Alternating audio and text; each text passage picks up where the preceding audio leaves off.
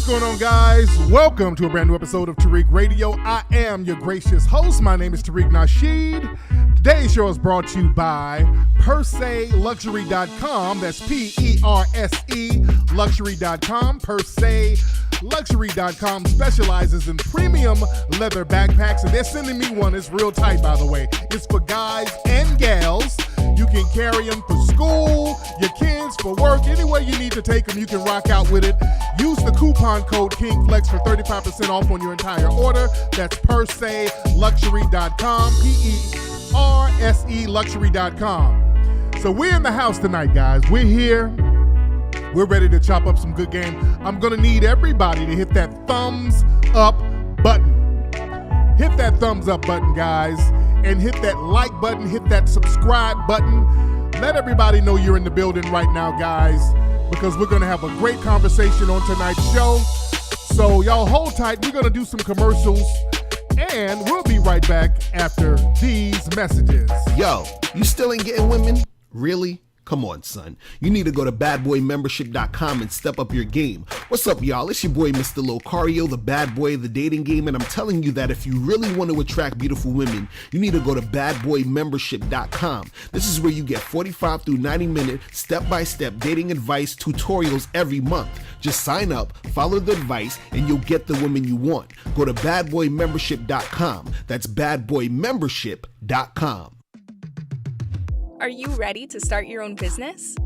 Well, we have the ultimate home-based business model to share with you. Home healthcare is a $400 business that remains untapped. We can teach you how to start a home-based healthcare business. Learn how to make profits every time a patient receives healthcare at home. No products to sell or buy. No medical degree or experience required. Start learning today. Go to CareReadyPlus.com. That's CareReadyPlus.com. We are Hemp.Clothing. We're changing the culture one cool piece at a time. Our mission at Hemp.Clothing is to sell custom-made garments to satisfy all walks of life and pursue advancement through creativity in fashion and expression. We're not trying to pursue cool. We simply help you define your own. Hemp.Clothing, 1981.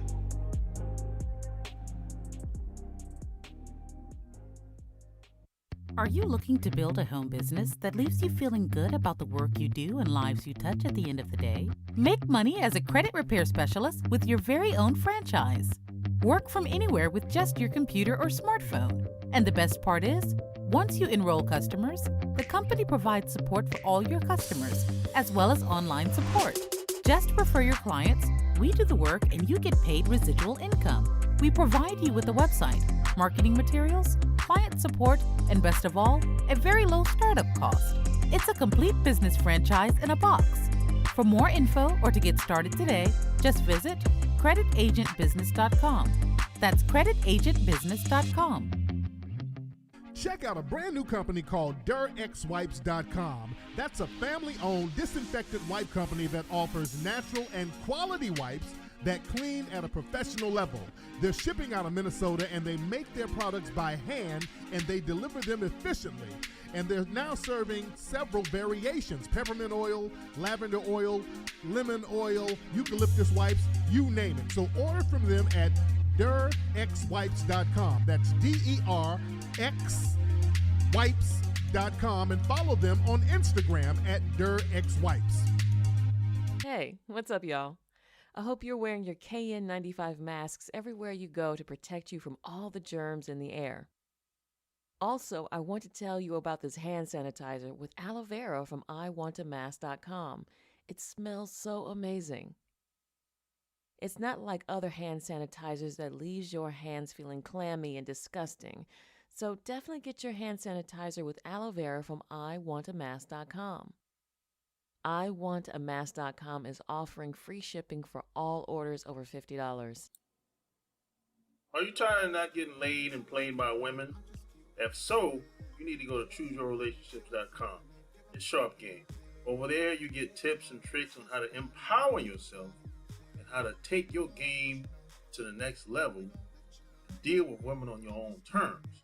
So don't wait. Go to chooseyourrelationships.com and your relationships will never be the same. So go there. That's chooseyourrelationships.com. Check out the brand new app called Goddess Talk. Right now, customers, you can purchase Black-owned products, services, order food, make reservations, book appointments, and do so much more. And you businesses out there, when you sign up, you get to keep 100% of your sales, no commission. Customers, join now and shop now. The Goddess Talk app is available right now for Android and Apple, so let's circulate those black dollars and download the Goddess Talk app now. He was so confident in the world that he was in that it would never end. He felt like that time he was invincible. July 30th to August 6th, Black Docs presents Miles in the Life, the story of a BMF drug trafficker. Somebody smart said, yeah, he's a nerd, and that's what we need. We need somebody who can drive and not look suspicious. Exclusively at blackdocs.com. BLKDOCS.com.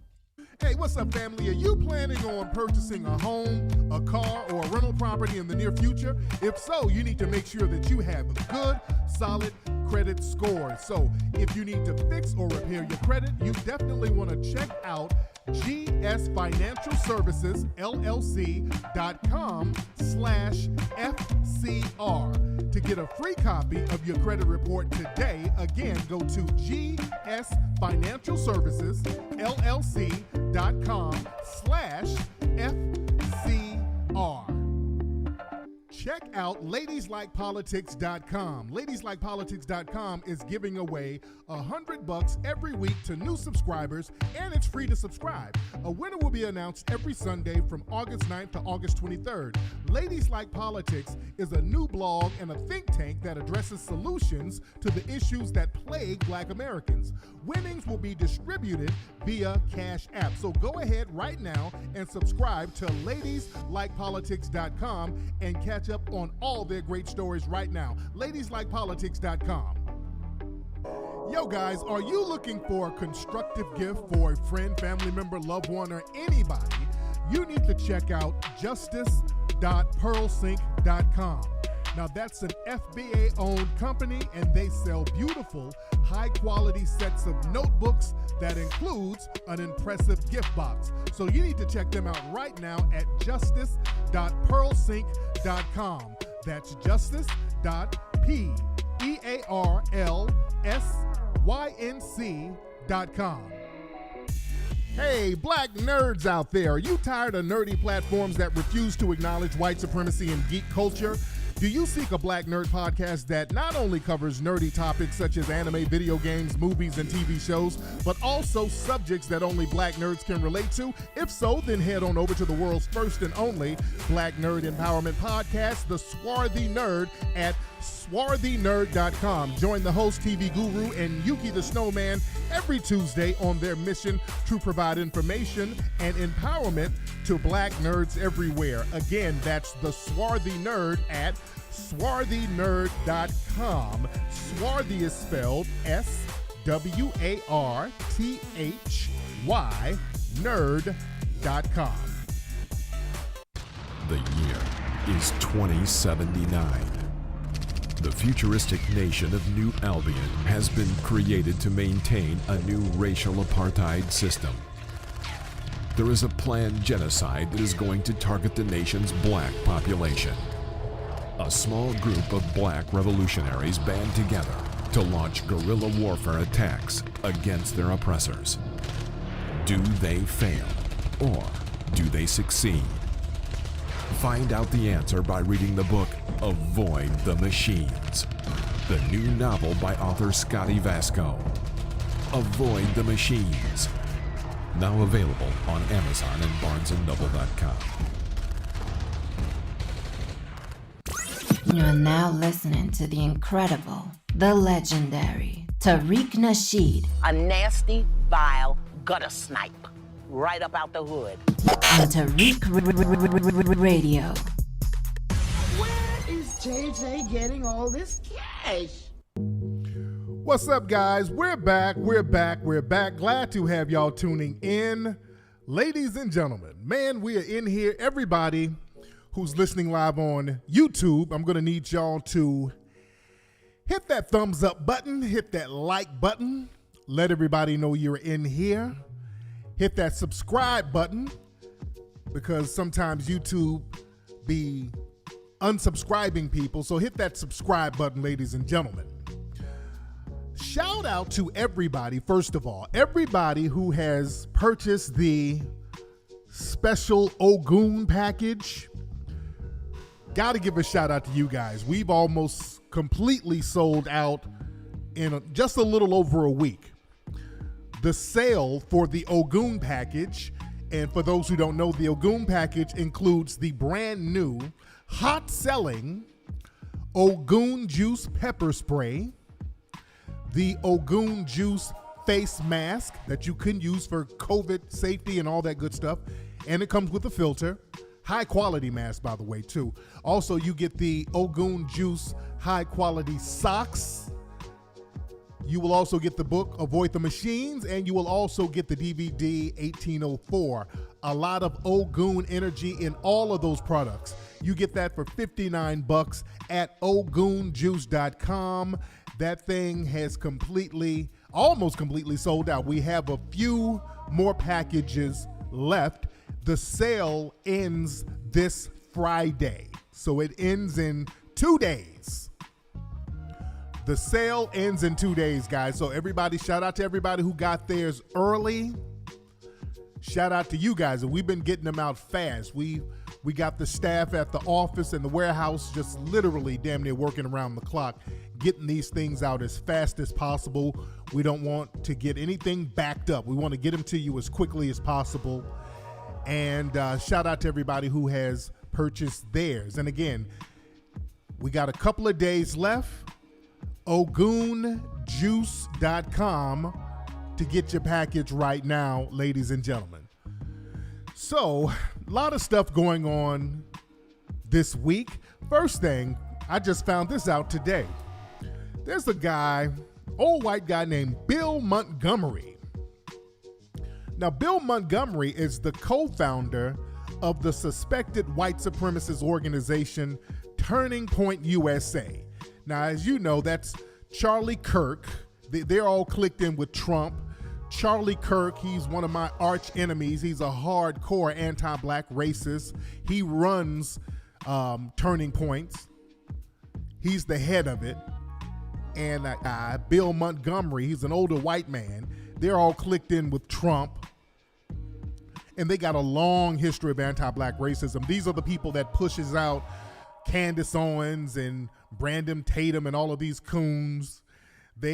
Some of their members, they've been outed for being hardcore anti-black racists. There's been text messages that's been exposed with their staff members spewing anti-black bullshit. I mean, Turning Point USA is a hardcore anti-black white supremacist suspect organization.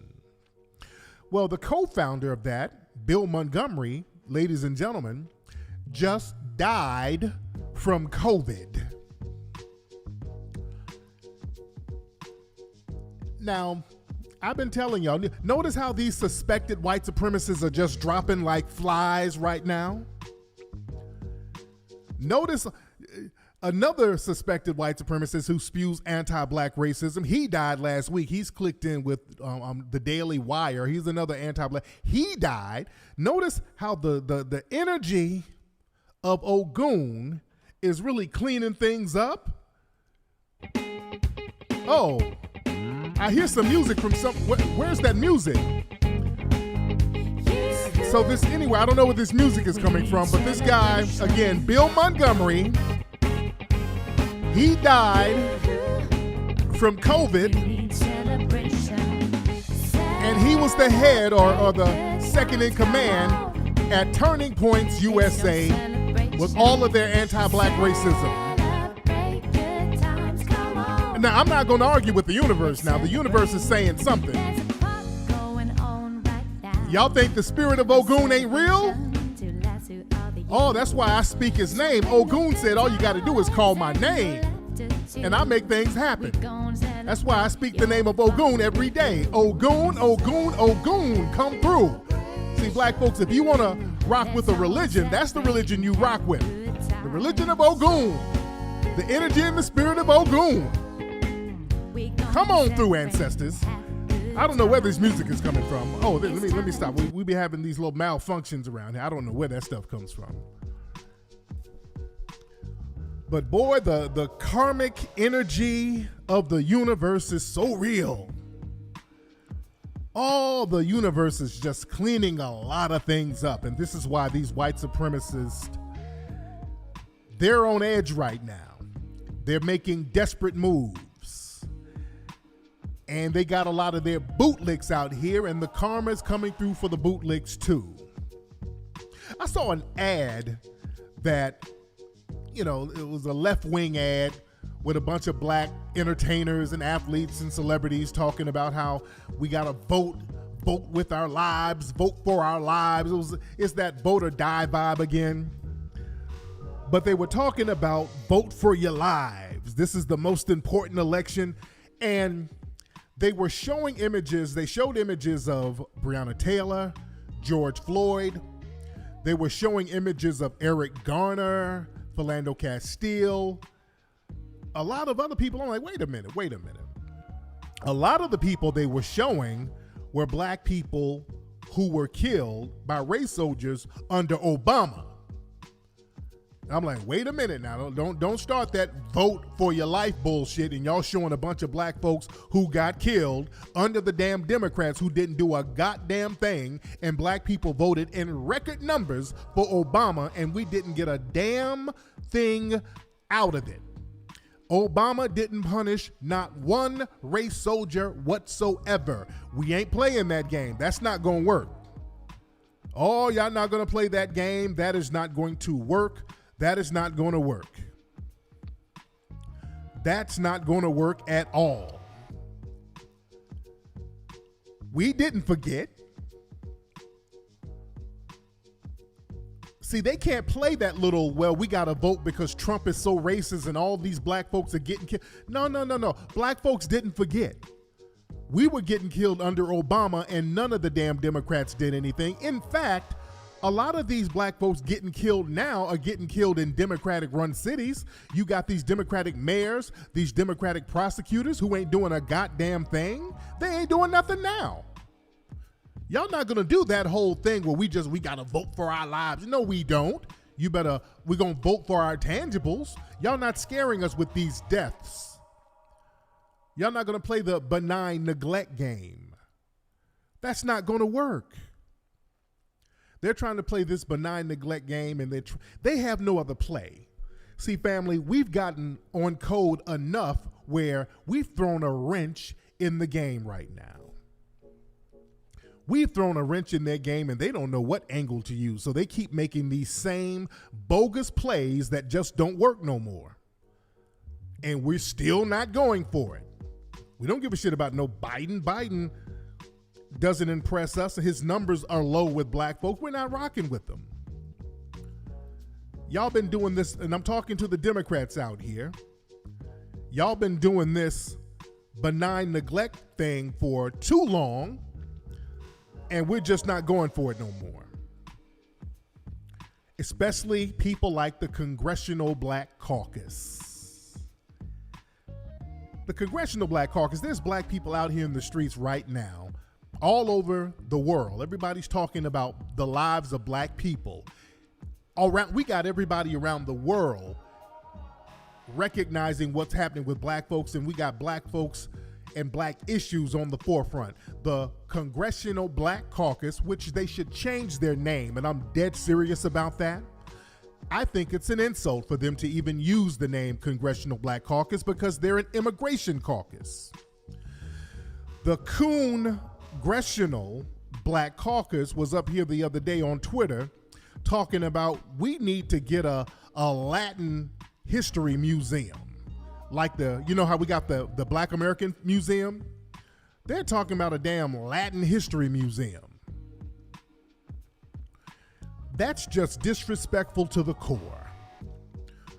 The Congressional Black Caucus, their name should be mud anytime their name comes up. The Congressional Black Caucus, and let me read the tweet. It says, Latino stories aren't always included in our American story. Now more than ever, it's time to change that. We need a Latino museum in Washington, D.C. They got a Latino caucus who can take care of that business. They have a Latino caucus. They got all types of Latino organizations. And guess what? They don't campaign for nothing for us. These Latino organizations don't do a goddamn thing for us at all. Let them hold their own nuts. If that's what they want, let them campaign for that. The Congressional Black Caucus, they should change their names. They do not represent us, and they never have. And I've talked about this for years. They have never represented us. They're a front group for the white supremacists. They're an immigration organization. A bunch of non-foundational coons at the Congressional Black Caucus. And the thing is, black people, we're the only group whose elected officials are required to not do shit for the black public. You notice that all these other groups, and that's because of white supremacy, we got to keep it a buck, but we got to have people who are not afraid to challenge white supremacy. But we're the only group of people whose elected leaders or elected officials, I don't like to use the word leaders because these niggas ain't leading nothing. They are required to not do shit for us. Have y'all noticed that? Other groups, they go out of their way to do for their group. If there's an Asian person on the bench or somewhere in office, they're going to go out of their way to look out for the Asian community. Remember with Peter Liang, that judge, he was Asian. That judge is out there caping for all them cops. The Latino people in office, they allocate all types of resources for Latinos, especially out here in LA. Oh, they break bread for other Latinos. All these other groups, they look out for their group. But when a black person is in office, the white supremacists, they make it a prerequisite. You better not do anything for black people as a group. It has to be some trickle down, all boats lift all things, that type of, it has to be trickle down bullshit. This is why they make sure they get non-FBA people. There's a reason why they make sure they get non-FBA people, because they know FBA people, a lot of them will fight for something. Like Marion Barry. That's why they had to set up Marion Barry. Marion Barry got out there, he did some shit for black folks. He was doing things for black folks. Then they caught him in the hotel with the crack pipe and all that old shit. We didn't give a damn. We were still rocking with him because he was riding for the community. See, they thought that little crack situation was going to bury him. No. Marion Barry handled it like a fly-ass foundational black American. He wasn't out there nigga-splaining. Oh, he wasn't bussy-splaining like Andrew Gillum. You know, Andrew Gillum is out there all lying and shit. Andrew Gillum is out here talking about, well, you know, y'all, I'm back, y'all. I'm having a problem with alcohol. Nigga, please.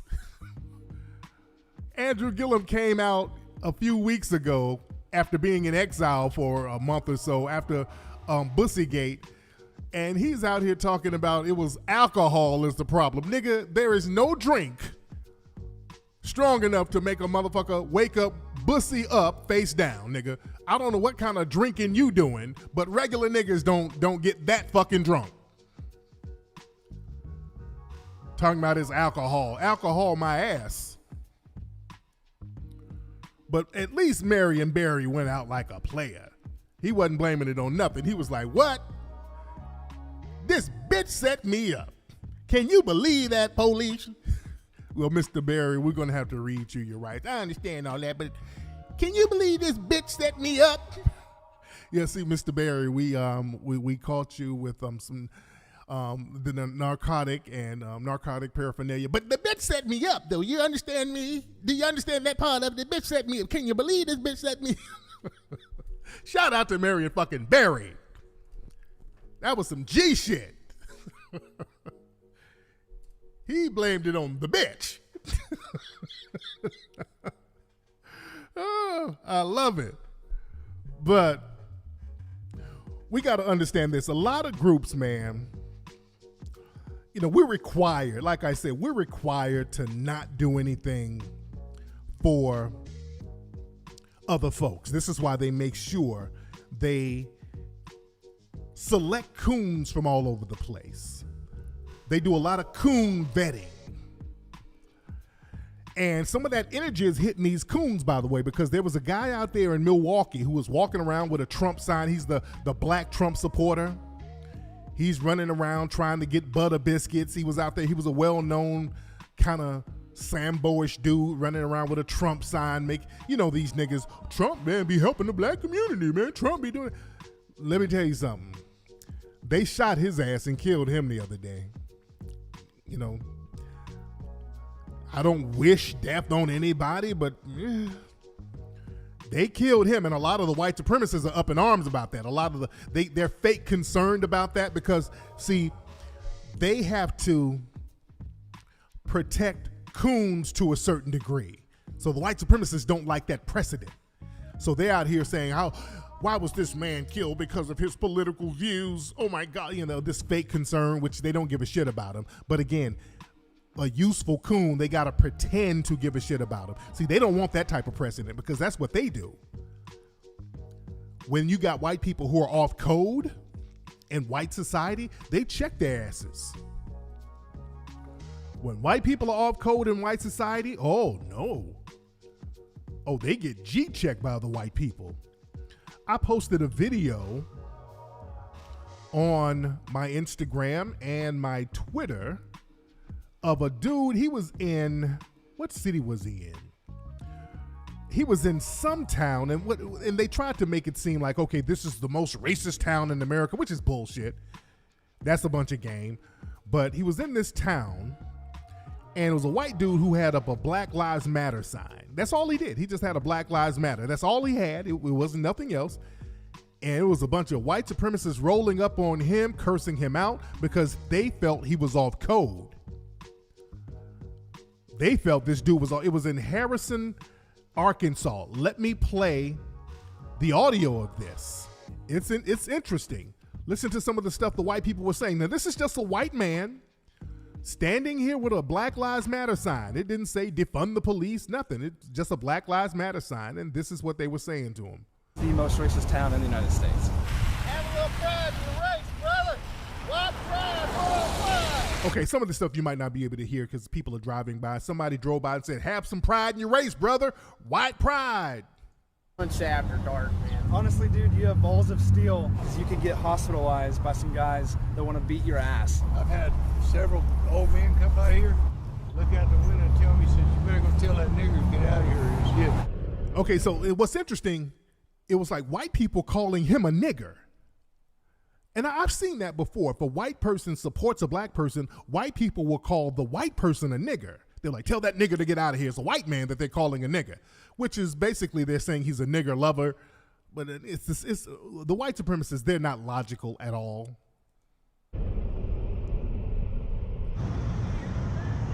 About 10 minutes, I'm going to be back. You better be fucking gone. Okay, come back. So these are just white people rolling up on this guy, just clip after clip. These are very short clips, like 2 or 3 second clips of white people rolling up, threatening him. White lives.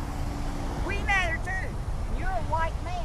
Crazy. What about white lives? We matter too, and you're a white man. See, I want y'all to see how they do their people who get off code. They don't play no games at all when somebody gets off code in their community. See, with black society, we let coons just fester all over the place, and we're told that it's okay for them to have a difference of opinion. We let coons fester in our community. They don't. They don't let people who undermine white supremacy, they don't let them bubble in their communities. Motherfucker, you dumb shit. Are you a Marxist? Communist. Domestic terrorist. Why don't you take it to Chicago or New York and hold it up where they're shooting each other? Explain to me why a coon's life matters. A white man said, explain to me why coon lives matter. Real fucking job. I'm Jesus. Get your ass out of town. That shit don't make shit here. Hey, all lives matter, not just black. You're a Caucasian. Yeah. All lives matter, not just black. You're a Caucasian. Notice the theme. They keep saying to him, hey, you're white. You're a Caucasian. Why are you caping for those niggers? What they're saying to him, you're white, get on code. The white supremacists are hell about being on code. Now, that's all I'm gonna play because it's kind of hard to listen to, but I'm just giving y'all the gist of it. I'm giving y'all the gist of this. These people were going in on this dude, threatening him. You're white, man. Why does a nigger man stop coming out here for those niggers? You're a Caucasian. You're a white man. They were reminding him. This is why, family, don't you believe for a minute that an adult white person doesn't understand racism, white supremacy. Don't you fall for that for 1 minute. This video right here, and again, when they say this is the most racist town in America, the Klan is out here. No. That's a bunch of game. I don't like when people try to regulate racism to just the Klan. That's an old con game. No, if you go to a lot of middle America white towns like that, you'll get the same damn reaction. I'm telling you now, if you go to a lot of towns in middle America, you would get the exact same reaction. He'd get the same reaction for being off code. People in the dominant white society, they have to understand the rules of white supremacy. Neely Fuller taught us this. He said by the time they're 15, they know the rules because they will get in trouble with other white people if they don't know the rules or if they get off code, just like this white man here. Or they'll pull you to the side and really give you a working to get you on code. Don't let no adult white person tell you they don't understand racism. They'll get around you acting dumb and all that. They know they better not get off code. The white supremacists are very, very strict about those codes. But when we start getting on code, they want to cry foul. They love getting us off code. This is why they love throwing coons in our mix. They love throwing coons around us. But they get on code heavy. And another thing they're getting on code with, y'all remember when the riot started in Minnesota, and we were posting a lot of videos up, and there was one video of this man who was clearly an agent provocateur who was busting windows. He spray painted free shit on a Target store, I think, and he was busting the windows with a hammer, and people were like, hey man, this guy looks real funny style. Hey, this guy looks like a cop. And even this guy's ex-wife outed him and said, hey, that's my ex-husband. He had an umbrella so that the cameras wouldn't film him. So this guy was clearly a damn cop. His own wife his ex-wife outed him. She was like, help, that umbrella he has, I bought the umbrella. And she showed, there was a picture of him and it looked just like the guy. Even though he had a mask on, you could tell it was the same dude. And people have been asking questions about that. Hey, what happened to the umbrella guy? What happened to this dude? So now the white media is talking about they've located the umbrella guy. They gave him the name Umbrella Guy. They're saying that he's part of a white supremacist prison gang and he's part of the Hells Angels. So they're saying that, yes, they are acknowledging that it was a white supremacist who was out there pretending to be an ally of Black Lives Matter. But here's the thing. They're not naming him. They're not naming him, nor are they saying what they're doing about him. The reports that came out are extremely vague. They gave him this vague name where he's Umbrella Man, which is some super villain type of shit. They're trying to make it seem like he's the Riddler or the Green Lantern. He's some kind of super villain that has eluded police. That's bullshit. I believe that this is a damn cop. They're protecting him, and they're putting out this supervillain story to throw people off from the fact that this is a damn cop. If he's some kind of supervillain umbrella man, why in the fuck have you not arrested him, and why are you protecting his identity? He's clearly a cop. That's on code. That is on code like a mug right there. That's the only reason they would protect him. Yeah, if he's a umbrella man, white supremacist, and so they're throwing out the word white supremacy so we can be like, oh, cool. All right, cool. You've acknowledged that it's a white supremacist doing it. No. Why isn't he arrested? Where is he? How do you know he's part of this so-called white supremacist group? Why are you hiding his name? You think? Throwing out names like Hell's Angels and all this old stuff. This is not some kind of elusive guy. Family, they are going out here finding black folks who stole chapsticks out of Piggly Wiggly. They're running up in people's houses with batarams, arresting them months later after the damn looting and riots have settled down, and they're still rounding black folks up for stealing donuts and shit. Black folks who have masks on, who weren't even on camera, they're going rounding folks up left and right, and they couldn't get this guy who several people filmed this dude, and now he's only umbrella man. With all of this technology, this is how they find people too, because of all the satellite technology. They can track your whereabouts. When you hit a store and you run off, they can just start using satellite to track all your movements. And they can track that area and see who went where, who ran where. That's how they can track you. Hell, you can track people on Google Earth. You can find anybody's house on Google Earth on your damn internet. If you can do that, can you imagine the type of technology they have? They know how to find people. This is not some kind of elusive supervillain. They do that. They did the same thing with Jeffrey Dahmer. They tried to make Jeffrey Dahmer, even now, like he's some kind of criminal mastermind. And I've talked about that before. He was just so elusive. The police just didn't know how to, he kept slipping from the grasp of the authorities. No, y'all just didn't look in the motherfucker's refrigerator. You didn't bother to look in his damn fridge. He wasn't no criminal mastermind. He targeted black folks, and he knew that wasn't nobody checking for black victims, and that's how he got away with it. You understand? So yeah, Umbrella Man, this looks like he could be a cop. Now understand this. They just weren't intending on him to be outed, because they send these agent provocateurs out here to smash up stuff and do a lot of damage to justify sending the police out there. Now they'll do that for Umbrella Man. What else would they do that for?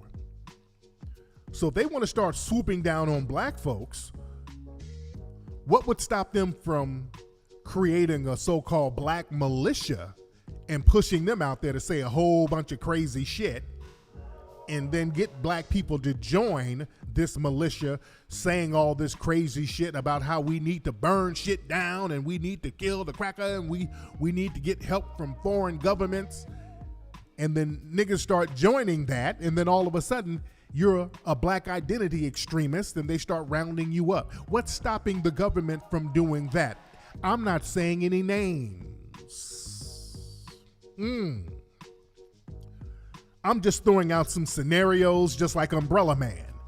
If they'll throw Umbrella Man is clearly a damn cop.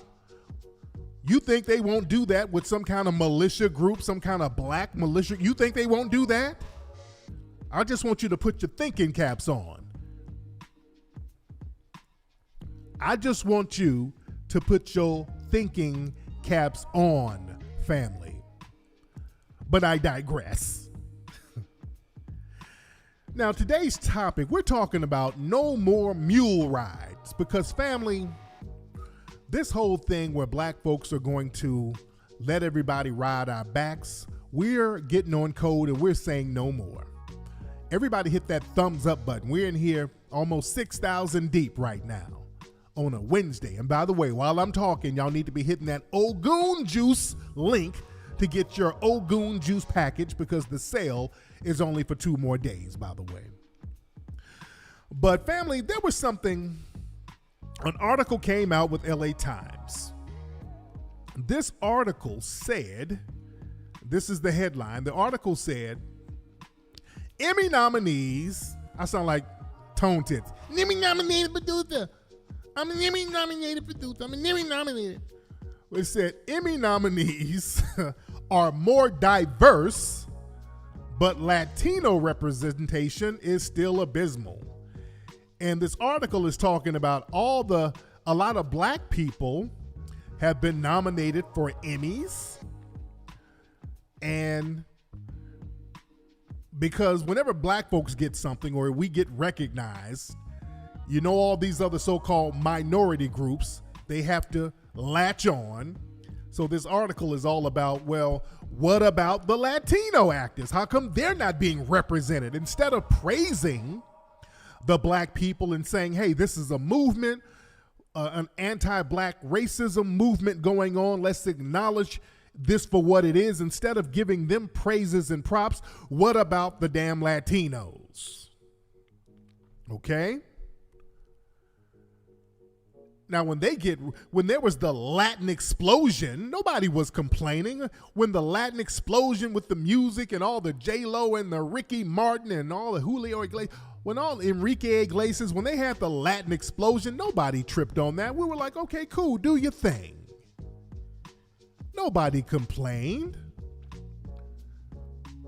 When they had the goddamn Latin explosion and all that old bullshit.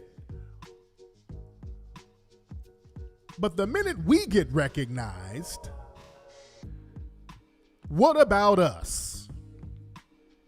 They feel like we have to allow them to ride our damn coattails. And Latino actor John Leguizamo reacted to this article. He tweeted, "Why can't we Latinx have a piece of the pie? We are the largest ethnic group in America and missing as if we didn't exist." Now, this is him in response to this article. Man, if you don't give me a damn break, piece of the pie. Black folk, we don't owe you nothing. Dude, if you want a piece of the pie, go back to Puerto Rico or go back to where the fuck y'all came from to get a piece of the damn pie. We don't owe you anything. This whole entitlement ass mentality that we owe these folks some shit. Because see, they want to have the same mentality as the white supremacists, this same asinine entitlement mentality. We don't owe you nothing. We've done enough, and it's been one-sided. I've always talked about this. We've done enough for you. And the thing is, you're not being represented because a lot of you white Latinos try to identify with white. Y'all want to mix in and identify with and as white people. And y'all only want to play the model minority card when black folks seem like they're getting a leg up. All of a sudden, oh, hey, we're supposed to be in this together. Now you want to be an aggrieved minority when black folks are getting a little recognition, and we're not even getting much. We're not even getting much. We're getting a little recognition, and all of a sudden, hey, what about us? No, we ain't playing that game. Because they have all types of set-asides and programs for the Hispanic community that they don't share with us at all. They don't share one crumb of their benefits and privileges or anything else with us. They don't ever do that. They don't help us out in any sense of the word at all. I want y'all to understand that. Let's keep it a buck. The white Latino community and the other ones too, they don't help black Americans do nothing. That's just what it is. They don't. I'm not talking about just some people on an individual level. As far as the group, they've never helped us. In fact, their organizations have always told Black Americans, hold your own Negro nuts. Our problem ain't your problem. I've talked about that before. Some of those large Latino organizations, they went out of their way to tell Black folks to hold our own nuts. They weren't rocking with us. Some people try to play the civil rights thing where you had the Brown Panthers. Oh, they came after the fact. We got our momentum going, and then people jumped in and tried to ride that wave. Plus, a lot of them were goddamn informants, too. So, no, they didn't help us. We already had a wave going. Let's keep it a buck, but they don't help us, dude. We go out of our way to help you. We bend over backwards. We patronize your businesses. They don't hire us in their businesses. They don't do anything. They're trying to be de facto white supremacists. Yes, the LULAC, L-U-L-A-C, that organization. Look that up. LULAC, L-U-L-A-C. Look up their history of racism. That's one of the oldest Latino American organizations. They've been anti-Black from day one. They told Black Americans to kick rocks. Our problem ain't the Negroes' problem. We got different problems. Y'all do you, we'll do us. And I'm all for that. I'm all for that. But the thing is, when we look at their history, not only have they not helped us, they've done a lot of shit to undermine us. I'm talking about going back to the Confederate. Do you know how many Mexican Americans fought with the Confederacy? Oh, it's a gang of them fought with the Confederacy. Look that up. Oh, they fought with the Confederacy heavy. And another person on Twitter, this actress, she's on Orange is the New Black, Dasha Polanco, I think that's her name. Dasha Polanco, she's, I think she's Dominican. I think she is. But she responded to, she echoed John Leguizamo's sentiments. She said something like, if it's only us speaking up on these issues, no one cares, meaning if it's only the Latino community. It's the silence from those that fight for equality, but only their equality. Diversity, but diverse enough to include thyself. That mentality of, as long as I'm good, I don't see a damn thing. Now, she directed this towards Black folks. Everybody got in her ass about this, and she tried to backpedal, and her backpedaling didn't even make no sense. But that was directed at Black folks. When you say those who fight for equality, we're the only people fighting for goddamn equality. Let's be clear. When she said silence from those that fight for equality, that's us.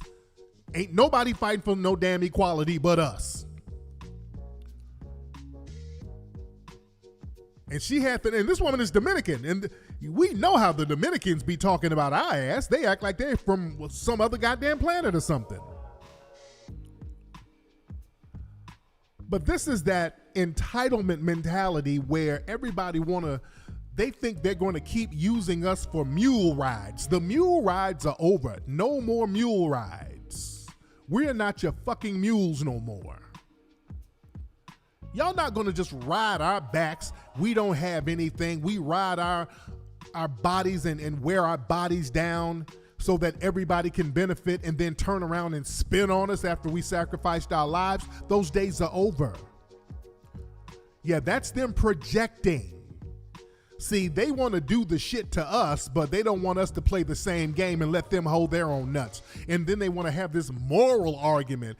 If we do the exact same thing that they're doing, all of a sudden they want to have this crazy, well, that's morally wrong. You're supposed to be morally better than that. Are you insane? Hold your own nuts with some cilantro on it. We're not playing that game. Y'all can miss me with that. Hold your own nuts and hold them tight. We're not going to be nobody's mules no more.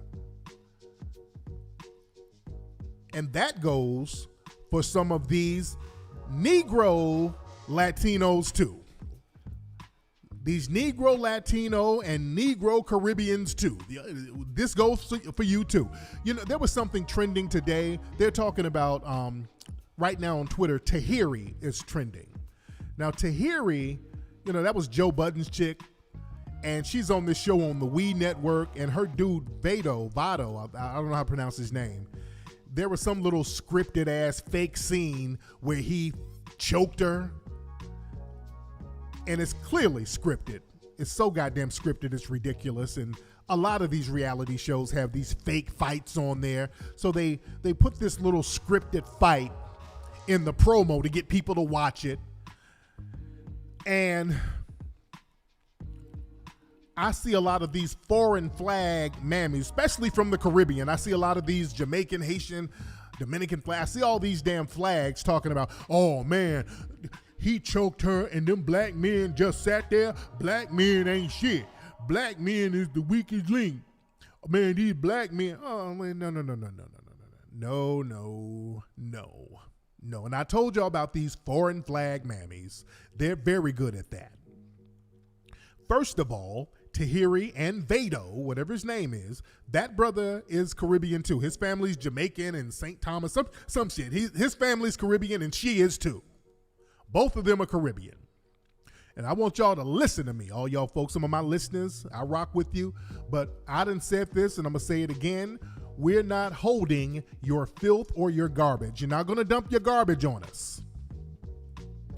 Y'all not gonna do little goofy ass shit on TV, do little stupid shit in the public, and then it gets dumped on black people. And you don't differentiate that these are your folks. Because when you do something positive, you go out of your way to pull that damn Caribbean flag out.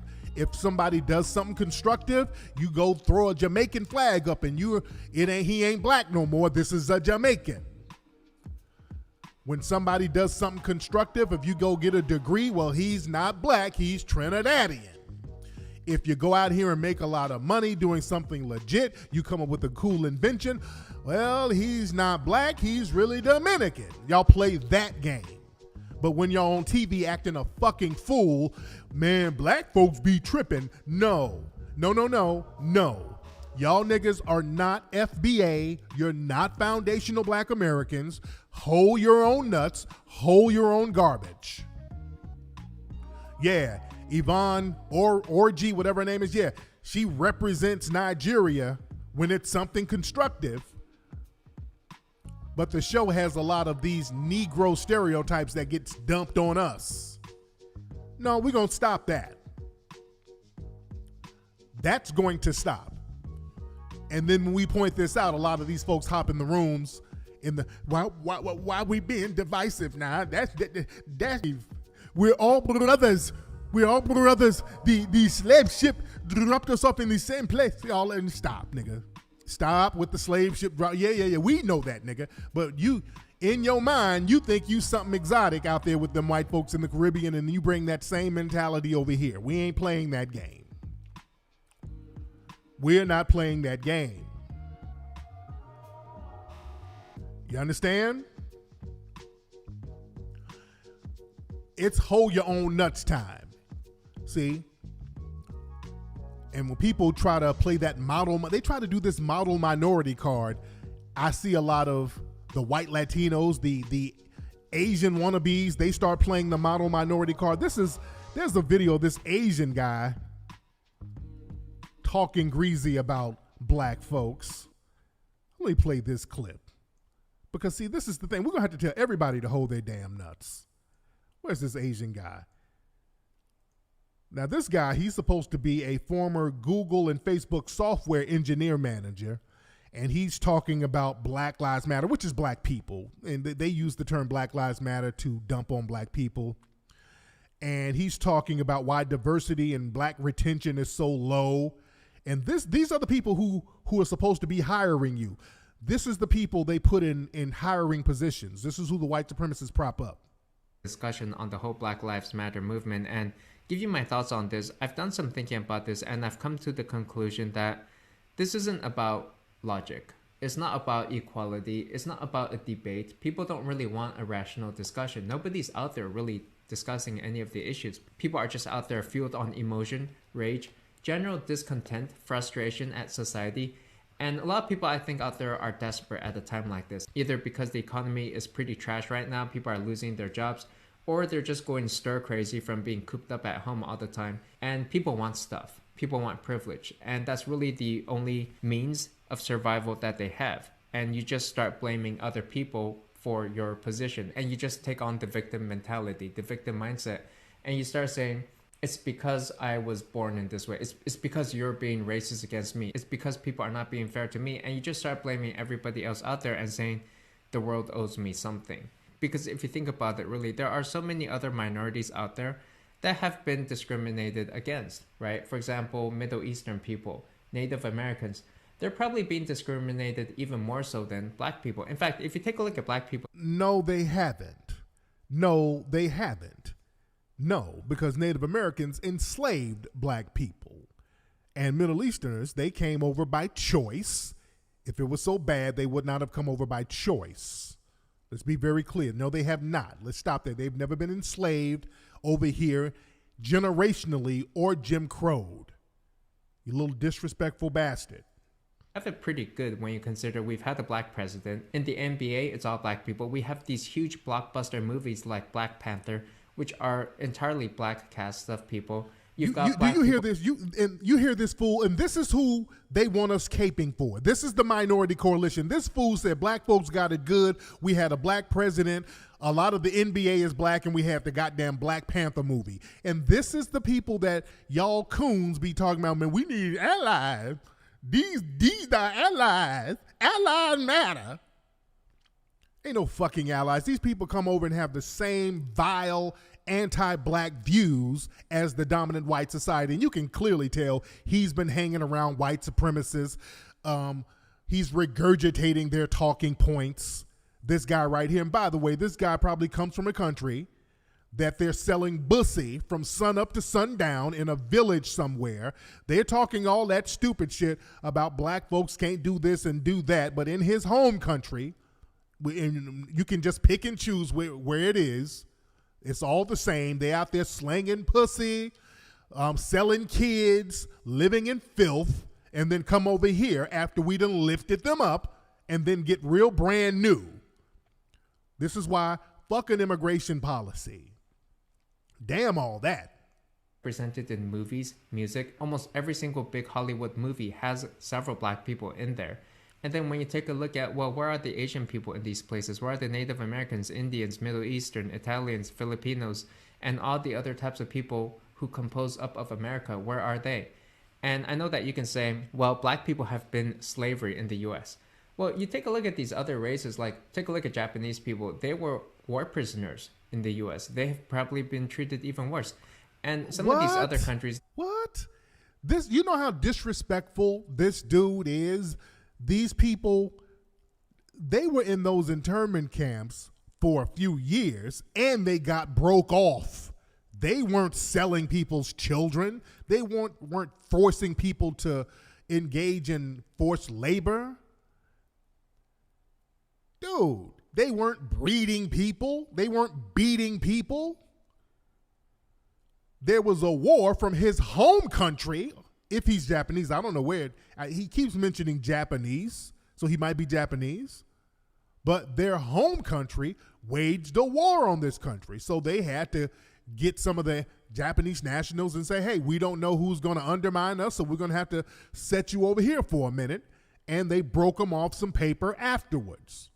We've never been broken off.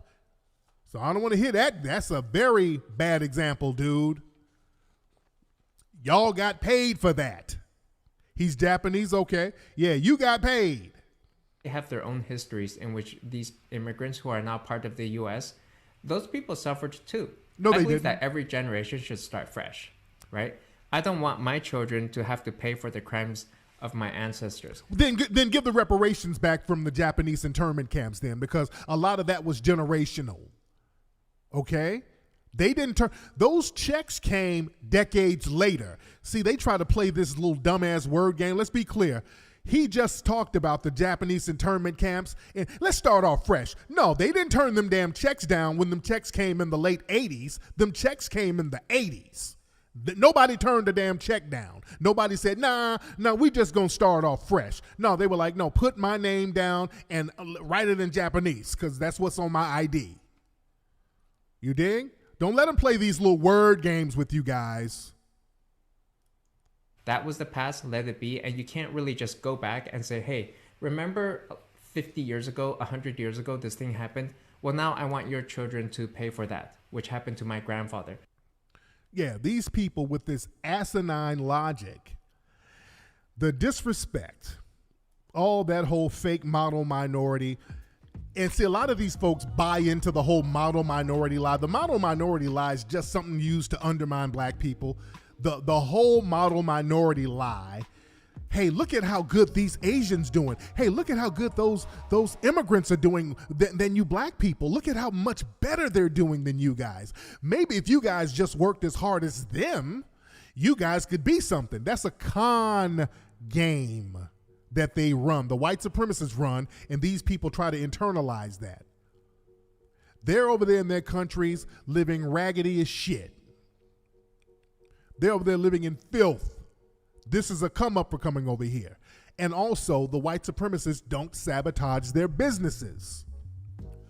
Their businesses do not get sabotaged. They can come over here and run their businesses as janky and as raggedy as possible. They can open up these little Asian restaurants and be serving pigeon meat, dog burgers, cat fries. They serve every and anything. The place is filthy. They never get shut down in your neighborhood. Every black neighborhood, you got an Asian shop that's been there for a zillion years. They ain't never been shut down. The inspectors don't even seem to come by there. But black folks, every little thing we do, we get our shit shut down. We're the only group whose success is a threat to the dominant society. See, all of these other groups, they understand if you're successful, you're going to still fall in line because you want to be in the hierarchy of white supremacy. As long as you get a ride over the blacks, you good. You still want to be a part of the hierarchy of white supremacy, so you know they know that they're going to fall in line and act right. See, with black folks, they know once we touch success, we go overboard with it. We take that shit to a whole different level. So they always have to stifle our shit. And I've talked about this before, how many successful black businesses and neighborhoods that we've had that were destroyed by the white supremacists. Wilmington, Tulsa, Oklahoma, which was one of the richest neighborhoods in America, not black, neighborhoods. Family, I'm talking about all over. I was just tweeting earlier about one of my idols, Biddy Mason. Y'all know I talk about Biddy Mason all the time. I have to do a movie about Biddy Mason. That's the grandmother of Los Angeles, who's not even acknowledged like that. They don't even acknowledge this sister. And one of the reasons why they don't acknowledge her like that is because, see, they can't give her the Harriet Tubman treatment. See, they can talk about Harriet Tubman and Sojourner Truth because these were women who were allied with the white abolitionists. Harriet Tubman was working with white abolitionists and the white church, so they like to big her up so they can kind of prop her up like, hey, our people were working with her. That's why they like to prop her up. See, Biddy Mason was self-made. She became a very wealthy woman in spite of the white supremacists, and she did it 100% on her own. This was a woman who came out to Los Angeles, came to California because her slave owner was a Mormon. So I think they went to Utah first, and they were going to form a Mormon colony in San Bernardino. They got a lot of Mormons out there. So they brought them out here. He brought his slaves out here, but California was a free state. So there were some other black folks who Biddy Mason got in contact with, and they let her know, hey, sister, you here in a free state. If you stay, you're going to be free. So she had to sneak away from her white masters. Some black folks helped her out. She got her freedom in a landmark case. After this woman got her freedom, she became the wealthiest woman in Los Angeles at the time, family. This was a woman who was a goddamn slave And she ended up becoming the wealthiest woman in Los Angeles. That's Biddy Mason. That's one of my idols. Now, this woman owned prime real estate downtown, where in the area that is now downtown. All that on Spring Street. This black woman owned all that shit. And they have a little jive-ass marker that you can't even see from the street to commemorate her, but there are no streets commemorating Biddy Mason. There are no statues, no buildings, or nothing. There's like one little cement plaque that's hidden away downtown LA about this amazing sister who went from a slave to the wealthiest person in a city, the wealthiest woman. Biddy Mason, man, I go down there every year just to pay homage to the location where that little jive-ass placard thing is. They call it Biddy Mason Park. It's not really a park. And that's one of my goals, to get like a street named after that sister and a statue of that sister to really commemorate her. You understand? Those are my idols. They understand. See, that's why they don't want us to get nothing. They know if we get a little bit, we gonna take that shit to another level. Family, do you know where my LA people, speaking of LA, out here in Los Angeles, in the Manhattan Beach area, there was a part of Manhattan Beach that was owned by black people called Bruce's Beach. And they had a resort because black folks couldn't really swim at the beaches out here. They had something in Santa Monica later called the Inkwell after the fact. But there was these black people who had a resort. It was Charles and Willa Bruce, a black couple. They invested money, had a resort, a beach resort, and it was called Bruce's Beach, and this shit was popping. They were making money hand over fist. And again, when you see black people successful, the white supremacists got to come in and swoop down and throw a wrench in that. So because they saw these successful people, the official documents say, well, it was the Klan that sabotaged them. The Klan ran them out. And I hate when they try to put everything on the Klan, because it wasn't just the Klan. It was the entire city who went against these black people at their resort. The city of Manhattan Beach and Los Angeles, they claimed that area as eminent domain and just basically took their land, just took the shit and made them bounce. And they said they were going to build a park there, and they never did. They were saying, well, we want to build a park here. I'm white and I say so. So we're going to have to claim eminent domain, and you're going to have to bounce. They play the eminent domain game with us guys. And these beautiful black people who had their wonderful, wealthy resort of a lot of well-to-do black people, they got run up out of there by the white supremacists out here in Los Angeles. And recently, they just acknowledged that happened. They got a little placard. That's another thing. They throw a little plaque up there. Hey, it was some black people who were done wrong 100 years ago. Yeah. Watch that eminent domain thing. They did the same thing in New York. All my New York people. Remember, Central Park, that area, that was Seneca Village. That was owned by black people. The area that's Central Park, that was owned by black people. They went and did the same thing. Hey, guys, guess what? Eminent domain. Y'all niggas got to go. Eminent domain. So they play the eminent domain game with us. They've been doing that shit for years to throw a wrench in our successful businesses, in our successful endeavors. They don't do that to other people.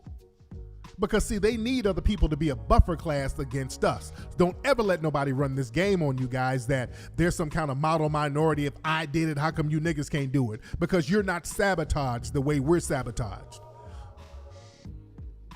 And if you had some kind of immigrant magic, you would have made the magic work in your own goddamn home. Which you didn't. That's why y'all out there with bussy juice all over the place. The dudes done tuck their dicks back and got the bussy spread wide. The dudes be out there hoeing. Let's keep it a buck. You dig? But we got to watch the game that they play when it comes to mono minorities and tokenisms.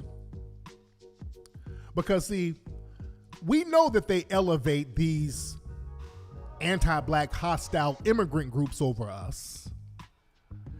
And we got to watch some of the Negroes that they elevate. We got to watch the Negroes that they elevate, because there's really 6 type of Negroes that they elevate and put in power positions in black society. This is what the white supremacists do. So you got to study them and understand their work. But the white supremacists, they elevate 6 type of Negroes to be the leaders or to be put in leadership or supervisor positions. There's 6 type of Negroes that they elevate. The first type of Negro is the bed wench. They elevate the bed wench. Now, speaking of bed wenches, and a perfect example of them elevating a bed wench, there's a woman out here in LA. They've elevated her to be the new deputy chief, because everybody out here is talking about defund the police, and you know the police are on the hot seat right now. So they got this woman. Her name is Amanda Tingari. Well, how do you pronounce her name? Tingarides. I think that's how you pronounce her name. Tingarides. Amada Tingarides. I hope I'm pronouncing her name right. Amada Tingarides. So they had her. They were talking about, yes, Amada Tingarides, she's going to be a new black woman is going to be the top woman at the LAPD, this and, okay. And then they showed a picture. They showed her down in Watts it looked like she was in Nickerson Gardens or Imperial Court somewhere talking to a couple of black folks. A very staged picture. Is that propaganda? Yes, she's the deputy chief. So they're parading her around, that tokenism. Here comes that tokenism. So they're parading her around as the new black deputy chief. See, we're not racist. We got a black deputy chief. So I'm looking at a picture and I'm smelling biscuits through the picture. You can smell the fucking biscuits. You can tell a bed wench at this point. You can kind of look and say, okay, this is a bed wench. You can see a bed wench from a mile away these days. You can spot a bed wench. So I'm looking at her picture. I'm like, wait a minute. Let me find out. Let me see who her husband is. And sure enough, it's an old white zaddy. Sure enough, it's an old white zaddy, Captain Phil Tingarides. He's a police officer himself. He's retired now. She got her, she's like, I don't know how old she is. She's middle-aged, and she got her a middle-aged zaddy she's all booed up with. I said, oh, shit. Not only does she have a middle-aged zaddy, her zaddy, Captain Phil Tingarides, he was the dude who headed the disciplinary panel that fired Christopher Dorner. Y'all remember Chris Dorner, the brother who went Rambo? The Chris Dorner was out here trying to do the right thing and report excessive force and crooked cops. He was trying to do the right thing as a cop, and they fired his ass. Chris Dorner was like, hey man, you know, I'm a cop and I want to do the right thing. I'm out here watching cops use excessive force. They're lying. They're doing all types of deceptive shit. That's not cool, man. I don't want to be a part of it. We got this up. If we're going to produce justice, I mean, we got to clean this type of stuff up. This woman's the new deputy chief, her zaddy. He was the one, he headed that panel that fired Chris Dorner, and Chris Dorner got buck on their ass. That's why he started targeting the children of cops. He was targeting them. They had this bed wench and her zaddy, they were under protection. They were afraid that Chris Dorner was about to come give them a piece of the action. Chris Dorner basically said, well, shit, if we're going to be corrupt, well, shit, no law should apply then. So everybody need to get that work then. If we are sworn in to uphold the law and you're not going to uphold the law, then no law should apply. So you need to get some of this action too. So they had a butter biscuit bunker. They had to bunker up with biscuits because they were scared as hell because Chris Dorner had him and this mammy on the shit list. Look this up, guys. So this woman is coon vetted. So she's coon vetted. They already know her zaddy has a nice good leash on her, so she's not going to be no trouble. She's going to be good Trevor. You understand? But yeah, read Chris Dorner's manifesto. It wasn't just the workings of some crazed Negro. He was breaking some real shit down, talking about the racism and the corruption with the LAPD. And he was a foundational Black American. See, that's the thing they don't like. See, this is why when they get certain people in certain positions, they have to make sure that they're bed wenches. They have to make sure that they're certain coons, because they know straight foundational Black Americans, they don't know where we're going to go with it. They know that we're the main people who are all about producing justice. So they don't know where we're going to go with it. They don't know where we're going to go. You know, we get buck wild. But the second type of Negro they elevate is the bad buck. The second type of nigga that's elevated by the white supremacists, they get a nigga who's all up in a Becky's ass or all up in a white man's ass. Shout out to Andrew Gillum. And some of these things, you know, they're in several categories. But they get them a nice good bed buck, like Clarence Thomas with his haggard white wife. They get them a nice good old bed buck. They know he's going to toe the line. That coon prosecutor or DA out there in Kentucky who will not prosecute the race soldiers who killed Breonna Taylor, that Sambo ass nigga, what's his name? While people out here protesting for justice for our sister, this nigga's all booed up at an engagement party with his Becky, looking like the coon of the year. Yeah? Oh, they get them a nice good old bed buck. A nigga who can be touched on by White Daddy. Terry Crews. White Daddy touched him all on his balls. Herschel Walker. Big old plantation buck. He has a moist son by a white woman, and that son is a bigger coon than Herschel. Y'all look that up. Herschel Walker's son is a major coon, a moist fucking coon. What about crime in Chicago? He making all these videos shitting on black folks. You know? Daniel Cameron. Yeah, that's that coon's name. Daniel Cameron out there. Sheriff Clark. He's a buck broken coon. A big old bed buck. You dig? The third type of Negro that they elevate is the LGBT coon. That's the Lori Lightfoot. You dig?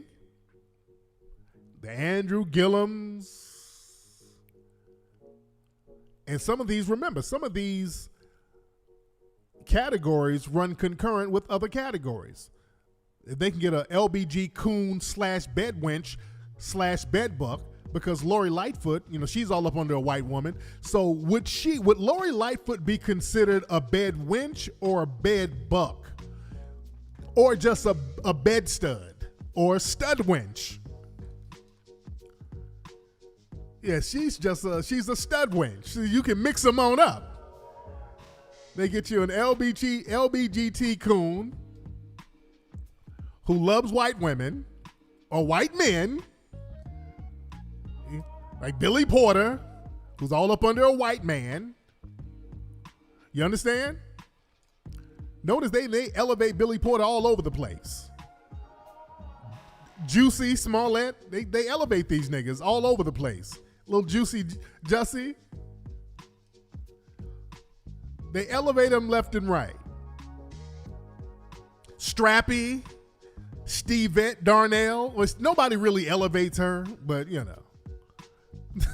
She's kind of a non-factor. And they're still whining about me. I've been hearing that Strappy, these folks are still whining about me. They're so butthurt that I've destroyed their little old bullshit con game that they were trying to run. They're so butthurt and they're still pocket watching. I heard they're mad at the Ogun Juice. How are you making all that money? They're mad at the Ogun Juice for selling.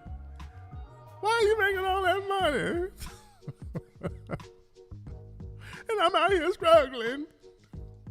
Yeah, Lil Nas X. You dig? Don Lemonade. Look at what they're doing. Yeah, every other person on TV now. Hell, you can't get a movie without being LGBT as a black person. That's a requirement now. They're using that in your bio. This is the first bisexual black woman on TV. They're using shit like that. She's a bisexual superhero. So they're just making that a requirement now. Now let's get to number 4. The fourth requirement, or the fourth type of black person that they elevate, the Boule coon. Like the Jim Clyburns, the Jackie Lacey's. Oh, she was a major coon mammy out here. Jackie Lacey wasn't about shit. I just saw an interview with her on TV the other day. She was mammy-splaining left and right. All the mammy-splaining. This woman, they were saying, even the white reporter was like, you haven't prosecuted not one cop for harming a black person, just not one. Is there a reason for that? Or some people are saying that the police unions got you in their pocket. I mean, woman, damn, even white people were questioning her ass. Jackie Lacey was the worst, and we got her ass out of here. Yeah? Rolly the Boule bird. Kamala. Remember, Kamala Harris is part of the Lynx, which is the female version of the Boule. She's all clicked in with that. Yeah, that old Boule crowd, those Boule coons. They elevate them.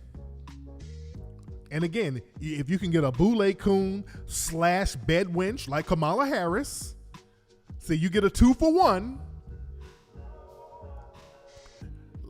Who is Larry Elder married to? Is Larry Elder married? I've always thought he was moist. Is Larry Elder married? Yeah, Simone the Mouth Sanders. That's that Boule crowd. And let's go to number 5. Number 5, the fifth kind of black person they elevate is the immigrant coon. You know, they bring a lot of immigrant coons over here and let them be the representation for blackness. And they come over and misrepresent. And again, you get a lot of 3-for-1s. Kamala Harris is Boule. Kamala Harris comes from an immigrant background. Kamala Harris is a bed wench. So if you can get a 3-for-1, you got you a good one. That's very important. That's very important. Somebody said, do Rolly's voice. Yeah, Amanda Seals. Yeah, they always putting her. Notice they always put Amanda Seals on all these shows, and black folks ain't really fucking with her like that. And hell, look at the show, the Insecure show. Damn near everybody on there is an immigrant. Damn near everybody on there comes from an immigrant background. You dig? Yeah, Keisha Lance Bottom, that's Boule. But then this is the number 6 one, guys. The number 6 one, this is one that a lot of people don't really peep game about. But the 6th one, who they like to elevate biracial coons who were raised by white males. That's very important. The biracial coons who was raised by white males. See, they understand the dynamic that goes into a coon's mind if he's being raised by a white male. Because see, being raised by a white woman is different, because if you're biracial, you got a white mother, but you got a black father, and your black father understands racism. So even if he's a coon, to a certain degree, just like with Herschel Walker's son, Herschel Walker, he's a big butt broken coon, but his son is a moist fucking coon too. You dig? But I don't know what happened to that kid. But a lot of these biracial coons, a lot of them were raised by these white fathers. You got to watch that.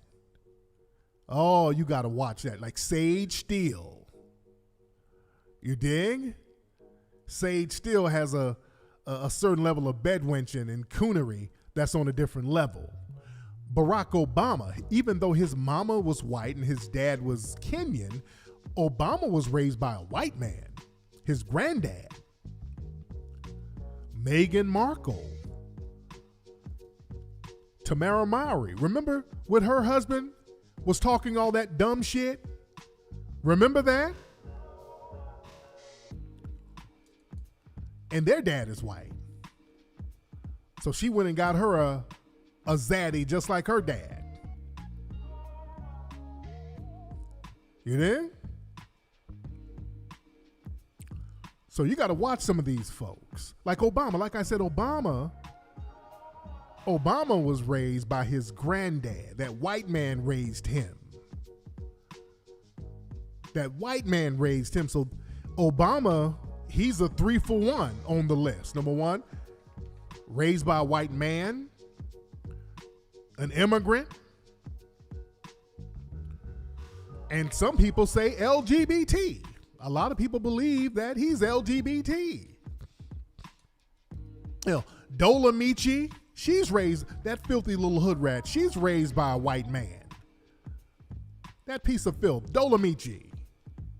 Leechy X, the Lorax, she's raised by a white man. Yeah? So you got to watch certain folks. See, well, a white man raising a black person, a black child, oh my goodness. Look at the DeBarge family, how messed up they were because of that damn white dad. You let a white dad on somebody and then they unleash these niggas. Look at Jamila Lemieux. Look at the damage that piece of filth inflicts on black society with her damn white ass dad that she tries to lie and say he's black. That man white as hell. And her anti-black man hatred is indicative of her damn white fucking dad, who was a Black Panther. And now we see why so many Black Panthers got hemmed up. And her dad was a damn cop out there in Chicago, hemming brothers up left and right with an insane disciplinary record and people reporting on his ass. You understand? You watch these mammies and bedwenches and coons that was raised by a white man. They on some totally different shit. Was Doja Cat, is her dad white too? Because that would make sense. Like Juicy Smollett, his dad. And that's another thing. Notice the sexuality a lot of these dudes when they're raised by a white dude. They don't raise, especially if he's raising a boy. These white dudes do not raise heterosexual black men. Have you noticed that? They don't turn out right for the most part. These white dudes do not do a good job at raising a black male. Forget about the ladies, but not forget about them, but they don't do a good job at raising them to be no damn men. It's always something extra going on with them. Yeah, Juicy's father is white. A lot of folks don't know that. Yeah, Juicy's father, yeah, he's white. Yeah? So we got to understand the white supremacists. They understand this. They know how to breed. Remember, these people used to breed us. They know how to scientifically place certain black folks around certain areas and what to get out of certain folks. They've studied us, folks. We haven't studied us like that.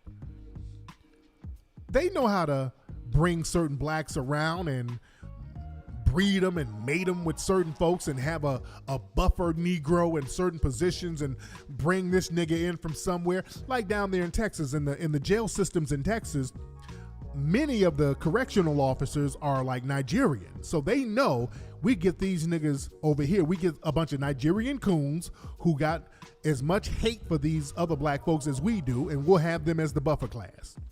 And that will fill our minority quota. We can say, okay, hey, we're hiring minorities. We got a diversity track here, and they're keeping these other niggas in line.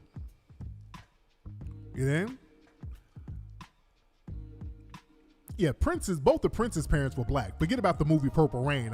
They made the mama seem kind of exotic in Purple Rain. No, Prince's mom and dad, both of them were black. Yeah, they were both foundational black Americans. You dig? So we got to understand the game here. We got to understand the game. A lot of Nigerian COs in Maryland too. I believe that. But anyway, man, well, we got to understand this. See, certain foundational black American coons, they're like wild cards. See, they use them as mascots, but they don't elevate them in certain positions. Like a Jesse Lee Peterson, even though he's a foundational black American coon, he's more of a mascot type of coon because he's a wild card, because they know deep down Jesse don't be believing a lot of the shit he says. Even Diamond and Silk, deep down they don't believe that shit, and the white supremacists know that. They know that these are more so opportunist. Like Crispy, these are opportunists. Niggas don't really believe the dumb shit that they say, but they ain't got no other skill, so they got to start cooning it up for money. You dig? Like a Sheriff Clark is a hardcore to the bone coon. That's not no nigga doing it for money. No, when that nigga laying all up with white women, no, that's a hardcore coon. He's not doing it for no money. You got to understand, there's some of these immigrant coons, it ain't about money. They were raised with jealousy and contempt for foundational black Americans. You understand? So it's a whole different thing. Omarosa, ain't her background Nigerian or something? She has an immigrant background from what I understand. You know? Yeah, they got Joy Reid. She's from the Congo, I think. So yeah, they know certain coons are wild cards. So they go for one of the 6 coons on the list. Those are the tried and true. That's why you see those same 6 over and over again in certain positions. You see the exact same 6. Yeah? And somebody said, what about Ben Carson? Now, is Ben Carson Boule? I want to say Ben Carson is Boule. And he's kind of an opportunist. You know, the Trump has given him some kind of little bullshit token position. Yeah. Is Terry Crews is buck broken. Yeah, he's a big ol' ass bed buck. The fact that a white man tested him out by grabbing his dick in front of his wife, that ain't about money, dude. That's in your spirit. Yeah, Ben Carson is Boule. Yeah, Ben Carson is Boule. Just he's on the list. Like I said, the Boule. Yeah, and Tiger Woods, he comes from that immigrant background. He's talking about he's Camlin Asian and all that old shit. Yeah. But anyway, let me get up out of here, man. That's been today's episode of the show. Somebody mentioned, shout out to Willie D. I don't know what's going on. Something going on between Willie D and the Black Authority. Shout out to both of them brothers. I don't know how shit got started. I don't know what happened with that, but I hope everything gets worked out with them. I don't know what went down exactly with that, but I fuck with both of them. Willie's my dude. Willie's a good, solid dude. That's my dude. And the Black Authority is very thorough too. I hope they squash whatever that is that's going on. Again, I don't know all the details of it, but just as long as we're focused on what we need to be focused on. Willie's my nigga. That's my personal friend. I chop it up with Willie all the time. Willie's a very solid dude.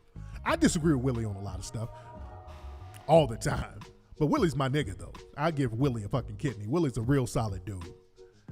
And you know, I see people kind of mentioning Willie in here. No, Willie's my nigga. For real, for real. We chop it up. And yeah, I don't know what's going on with all that stuff. But I hope they work that shit out. The Black Authority is very, very thorough, brother. Hella thorough. And I hope they get that together. I can't get in the middle of somebody's stuff. That's one thing I don't do. I don't really get in the middle of anybody's stuff, because I don't even know the details of it and how any of it got started. I don't know how this shit got started. But, you know, I hope everybody stays focused and works this thing out, and everybody just get popping with it, and everything is going to be cool. family, don't forget, go to Ogun Juice. We're 7,000 people in here live right now. We're in here heavy. Go to ogunjuice.com, ladies and gentlemen. Go to ogunjuice.com. The Ogun Juice package will be on sale for 2 more days. The sale ends in 2 days because we're almost sold out. We have a few more packages left, and they will probably be sold out by tomorrow. But the sale will end on Friday. So ogunjuice.com. Go there right now to get that discount package. And I will holler at you guys this Sunday